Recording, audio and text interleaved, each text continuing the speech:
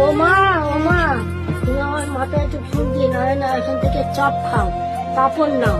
তখন আমি বলছি যে ভাইজান তোমাদের এবারে জিতাবই।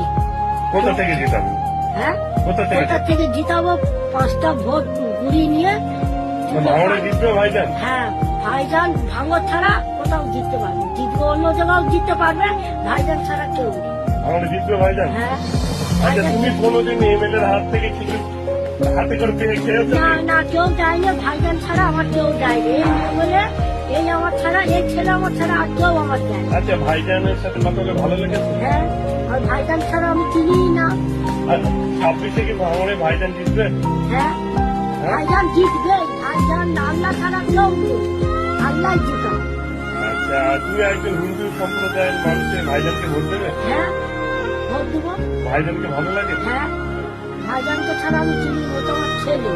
মা বলে কে যাকে বলো তো, তুমি ও বলে দেখেছে, ও যা দেখেছে ওকে আমি খালি ওর জন্য আমি আক্ষেপ করি।